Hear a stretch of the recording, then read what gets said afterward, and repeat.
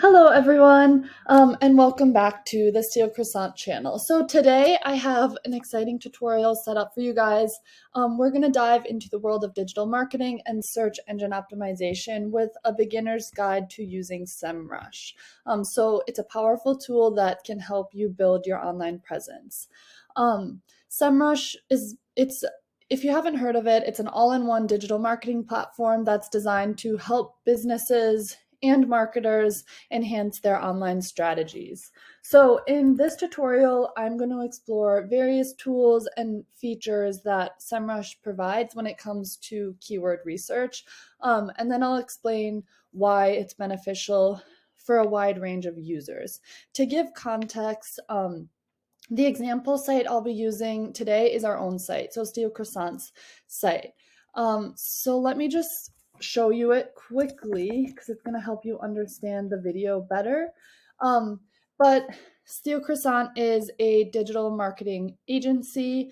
We offer a variety of services like SEO services, UX services, customer research, web development, etc., etc. And the majority of our clients are B2B businesses.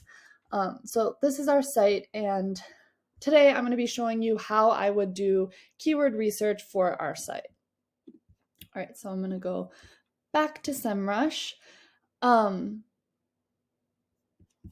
And this video can be beneficial for a wide range of users. So whether you're a small business owner and you're just looking to boost your website's visibility, or maybe you recently published your website and you're just getting into SEO and you want to do keyword research, then this video is for you.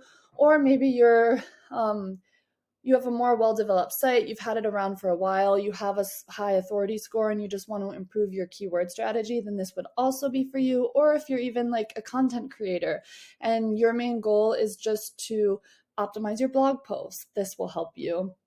And then finally, you could be work for an agency like me and have a variety of multiple clients, online campaigns in your hands. So I'm going to switch over to SEMrush, and I'm going to share how I would do a keyword strategy. So the first thing I want to start with is the domain overview, which you can find on the left-hand side. You can find all of the tools and features that SEMrush has. Now, I start with this because I want to look into how my site is performing. If you don't have a site published yet, you can also look at a competitor's site to get ideas or to see what they're ranking for, how their organic search, you can see like their organic search profile. But for this video, I'm going to show our site and kind of dive into the different features and explain what they are. So here I've just entered our website. And then in the top left-hand corner, you can see the authority score. Okay, so an authority score is a metric that measures the domain's reputability. So it accounts for the number and quality of its backlinks, organic search traffic, and then overall authenticity of its profile. So it's basically Google's view of how authoritative your site is. And so this scale goes from a 0 to 100. If you just launched your site, it's likely you're going to be at a 0, and that's okay. I'll explain a little bit of how you can build that up. I would say a good score is between a 40 and 50, and then anything above that is great. If you're at the 70 plus, then you have a great authority score. And it's probably going to be a little bit easier for you to rank for the keywords that you're targeting, because it's likely you're already creating SEO optimized content and you're getting those backlinks to your site. So our score is at a 22. That's okay. That's something we're working on, but that's okay. Then here we have the organic search traffic. And then on the right-hand side, you can see the backlinks. So the links, this means the links that other sites have on their site to our site. So we have 509. Now, Google, a while ago, a couple of years ago, you could get, it didn't matter the quality of the sites you were getting the backlinks from. Now, Google cares about the quality of the sites. So when we're doing our backlink outreach, I would only reach out to sites to get a backlink if they have a good authority score. So, I mean, it depends on your niche and your industry, but definitely a 30 and above. If you look in the left-hand side, we're not going to dive into this, but I'll just briefly explain. If you look at the left-hand side under link building, you're going to see Backlink Audit. So you can actually audit your site and see who is linking to your site, and you can see whether those are quality links or not quality. So if they're bad links, you're going to have a toxicity score, and you're going to actually be able to see any of the links that could be considered toxic, and you can request that those are removed, and that will impact your authority score. So if you remove those, if you have any, it will definitely boost your authority score. But anyways, that's just a brief overview of backlinks.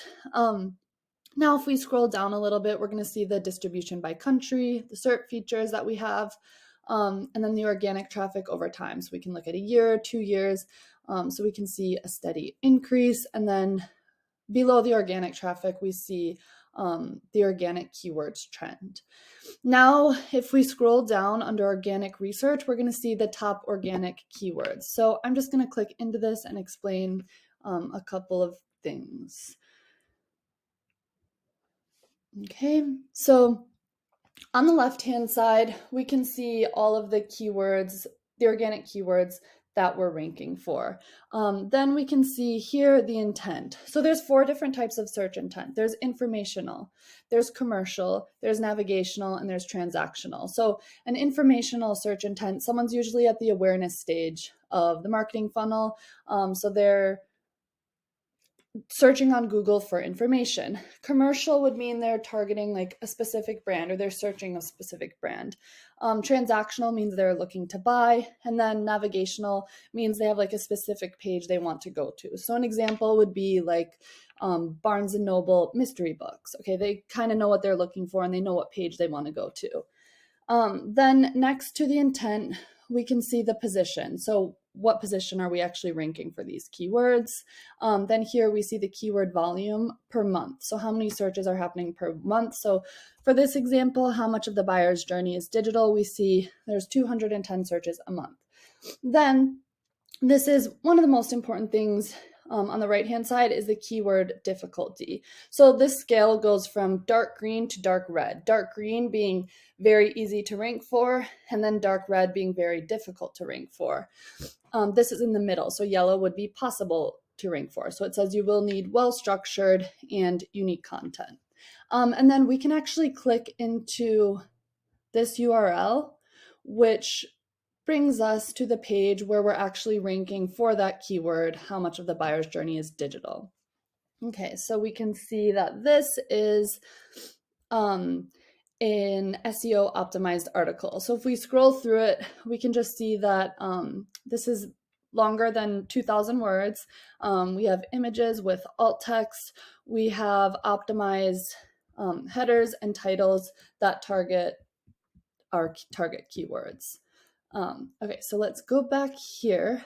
Then if you scroll up, you can, I'm not going to show you, there's a ton of advanced filters. You can look into different stuff. You kind of just have to play around with it. But let's say we were seeing our brand name come up a lot in this organic search position, because it's kind of natural that you would hope that your brand is ranking for your brand name. So let's just to show you guys, let's exclude the keyword containing steel, croissant, apply, and then we would remove all of those keywords, and it would just be easier to get to the meat of what we're really trying to look at. So for today's video, if I scroll down, I see that we are ranking for a lot of keywords with an informational search intent. You can see that as we scroll through here. And that is okay, and that's actually a good thing, but that means we are bringing in a lot of people at the awareness stage of the marketing funnel.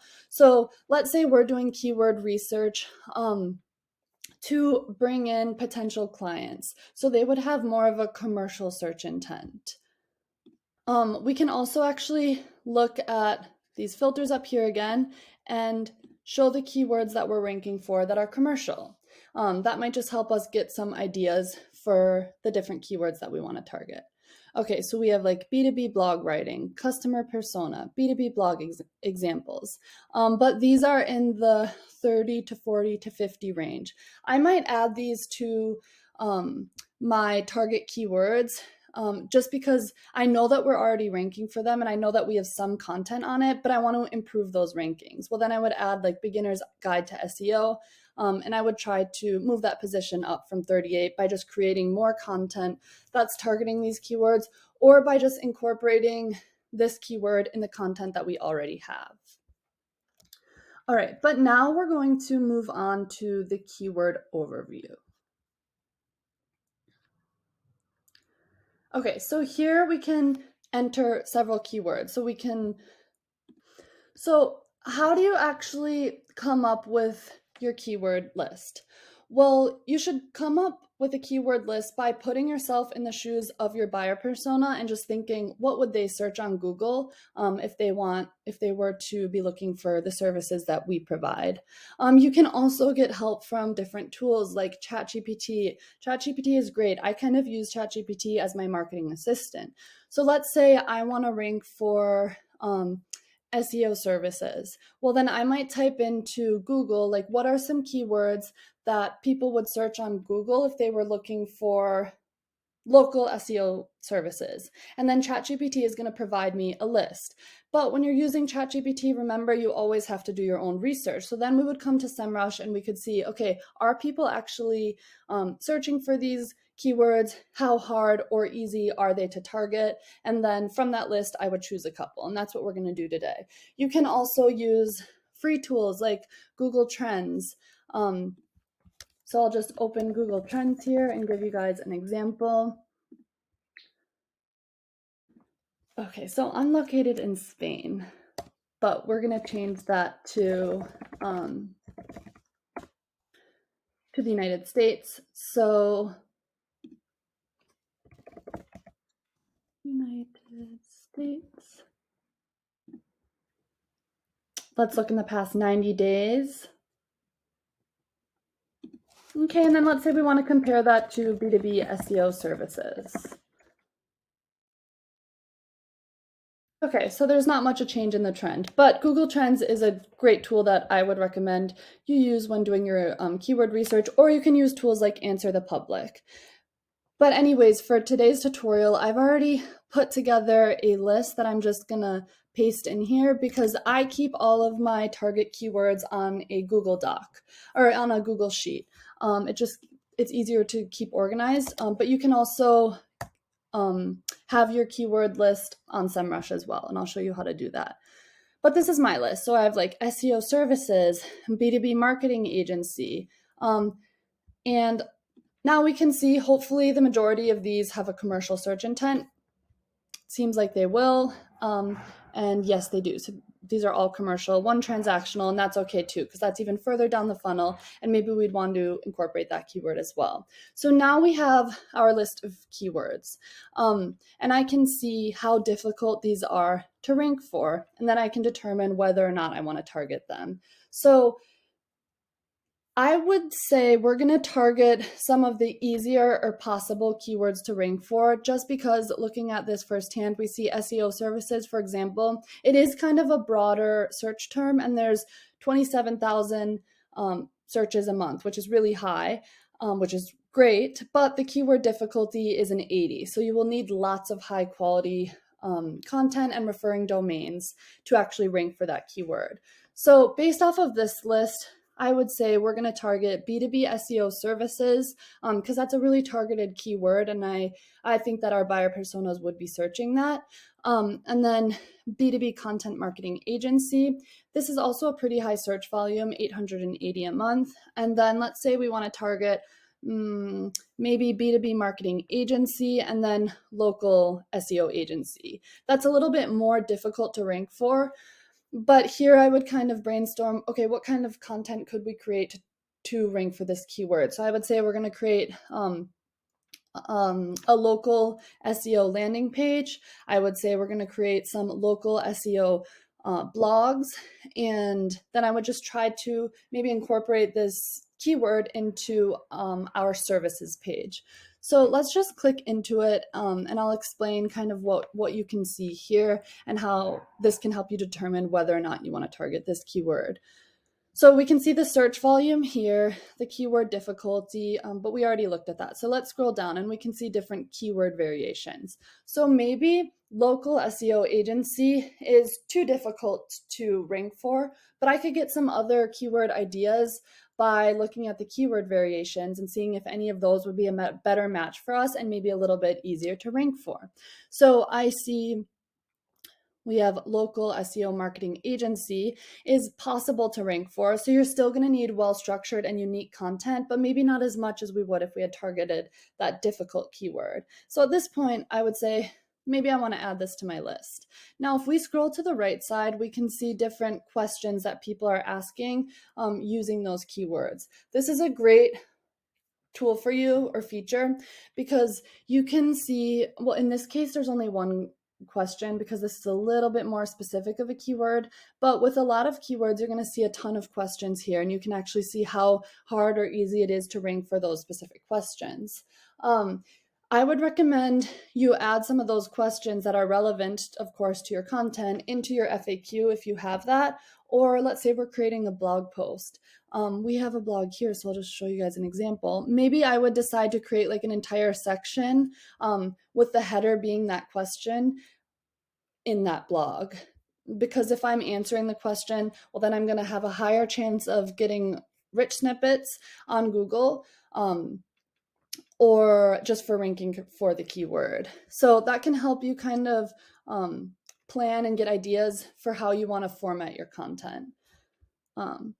So then if I scroll down, well, I'll click into this one because let's say we want to target local SEO marketing agency.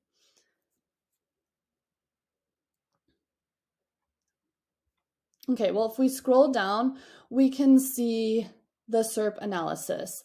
So the search engine results page, and we can see actually what content is ranking in the top 10. And that can help us get ideas for the type of content we want to create or how we just want to incorporate this keyword into our content and into our website. So we can see there are 19.9 million results for this specific keyword. So that's a lot out there. Then if we scroll down, we can actually click into some of these pages and see like, why are they ranking for that? How are they targeting that keyword?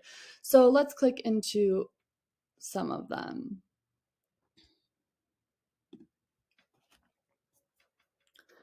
Okay, so this one is ranked 4th on Google.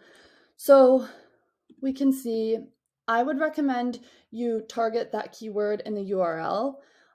If we scroll down, we can see, okay, so this is kind of like a directory with a ton of different SEO agencies on here. But yeah, this can give you the ideas for the different types of content you want to create. Then if we go back to the search engine results, I'll just kind of explain what you're seeing on the right-hand side. So here you're seeing the page authority score. So what is the actual score of that page? And we see kind of a range between, okay, so there are some lower authority scores on this page, but that's good for us. That shows that there is potential if maybe we don't have the highest authority score, that we could still rank in the top 10. And I would still recommend that we target these keywords. And then we're going to see some in the 55 range, the 20s, et cetera, et cetera. Then here we can see the referring domain. So the total number of referring domains that have at least one link pointing to a given URL. So for the number 1 ranking, we see there are 14 referring domains. Then here I can see the backlinks. So that's the total number of backlinks leading to a given URL. And the number 1 position has 41 backlinks. Here I can see the search traffic, so the overall amount of organic traffic driven to a listed URL over a month. And then here I can see the URL keywords, so the number of keywords for which a given URL is ranking in the search results. Okay, so this is kind of how I would dive into researching which keywords I want to target, and I would get some ideas based off of this research. And then the last thing I wanted to show you today is the keyword gap. So you would have taken those keywords that we looked into and added them to your Google Sheet or to however you are tracking your keywords. But now I just want to show you how to use the keyword gap. So here you can compare your keyword profile to your competitors, or if you don't have a website yet, you could compare two competitors. So let's paste Steel Croissant's website in here, and I'm not actually going to put one of our competitors, but I am going to post the Search Engine Journal, which is a tool that I use. There's a lot of great information on SEO if you want to look further into search engine optimization. It's something that I use on a daily basis. Okay, so I'm going to add these two domains, and then I'm just going to click compare. So we can see the Search Engine Journal obviously has a lot more keywords because it's a news site. And so they're publishing news all the time, and they're ranking for a lot of keywords related to SEO. But here we're going to get a lot of ideas about what types of keywords we want to create related to SEO services. So if we scroll down, well, we can see the top opportunities. So some keyword opportunities that we are missing or that we have, but they might be weak. So those are some we could improve, like meta title, alt tags, alt text, etc. Missing means we don't have them, but we have the potential to rank for them and we could target for them. Then if we scroll down, you can see the shared keywords here, the missing keywords here, the weak keywords, so keywords that we can improve, some of our strong keywords, and then this is my favorite, the untapped keywords. So if this were a real competitor, we would actually see a lot of opportunities here. And so this means that neither you or your competitor are targeting, but there's potential to rank for them. Then we can see unique and then all. And then if you wanted to keep track of your keywords on SEMrush, you would just click one like Pinterest and then click add to keyword list. And you can always export those to a CSV or whatever, or to your own Google Sheet and kind of make it how you want. Then if we scroll over to the right, we can see the keyword, or we can see the intent, we can see our site, we can see their site, the volume, and again, the keyword difficulty, etc., etc. So that's everything that I wanted to show you guys today. But before we wrap things up, let's just recap the key takeaways from the tutorial. So remember that keyword research is really, really important for your digital marketing strategy, and choosing the right keywords is the foundation of a successful SEO and content marketing campaign. I encourage you to use what you've learned and put it into practice, and then don't be afraid to experiment, test, and refine your keyword strategies over time. That's a big part of SEO, is seeing how your approach is working and then refining it. SEO is an ongoing process, but it's going to provide value to you 24/7, and it has a compounding impact. If you have any questions or need further guidance, I'm sure I'm going to be doing more SEMrush, more advanced SEMrush tutorials, for example, on how to run an audit or how to do backlink outreach, etc., etc. But if you have any questions, feel free to drop them in the comments and I'll be sure to address them. Thank you.